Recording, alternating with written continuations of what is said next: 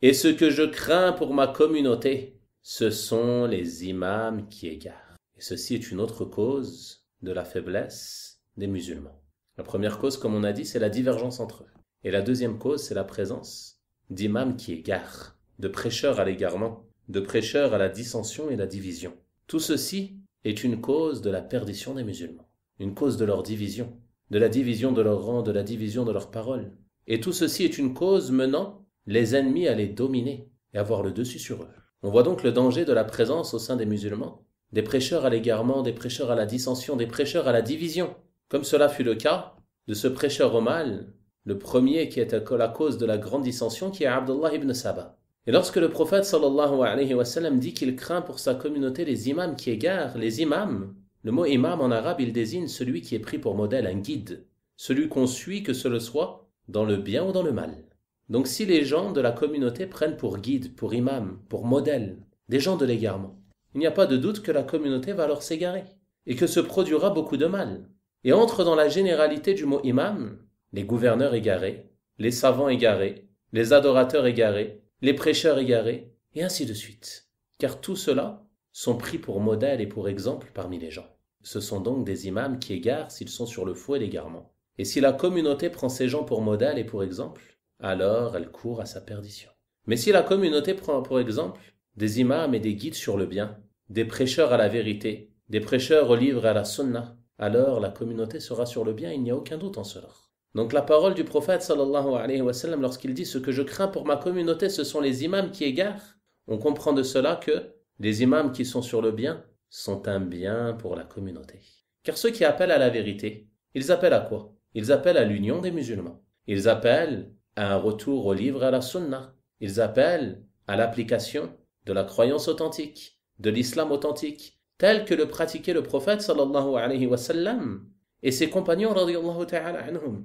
Donc si les prêcheurs au bien sont pris pour modèle au sein de la communauté, il n'y a pas de doute que la communauté sera unie et qu'il se produira beaucoup de bien. Mais si leurs modèles sont des prêcheurs à l'égarement, alors nombre de gens dans la communauté s'égareront et s'éloigneront de la vérité.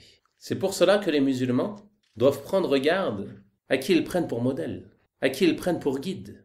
Si tu souhaites obtenir le salut, que tu souhaites préserver ta religion, tu n'as pas d'autre issue que de suivre la voie de la vérité, la voie du livre de la sunna, selon la compréhension des pieux prédécesseurs de la communauté. Et pour atteindre cet objectif, tu te dois de suivre ce qui appelle à la vérité, parmi les gens de science, savants, étudiants, prédicateurs, qui appellent les gens à la voie du livre de la sunna, qui appellent les gens à la voie des pieux prédécesseurs, rahimahumullah ta'ala, car ceux-là veulent le bien pour la communauté.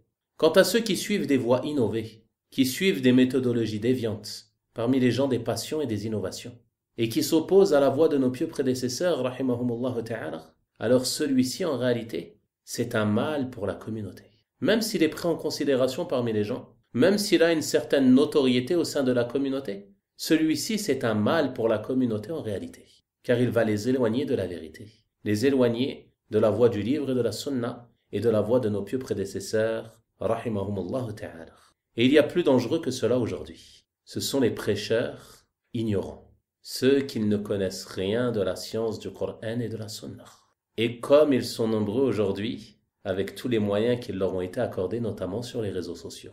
Tous ceux qui parlent de l'islam, qui parlent du Coran, qui parlent de la sunna, alors que ce sont les plus ignorants des gens.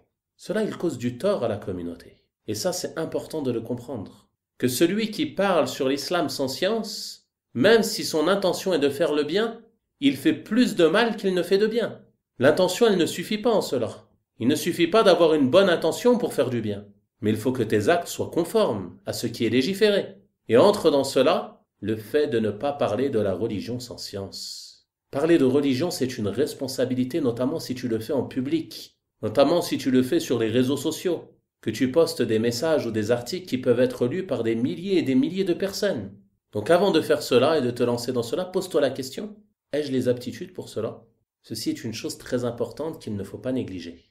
Car le fait que tout le monde parle de la religion, et que chacun propage ce qu'il pense être bon et ce qu'il pense être profitable, cela a pour conséquence que la parole des gens de science, des savants et des étudiants, elle ne soit plus écoutée.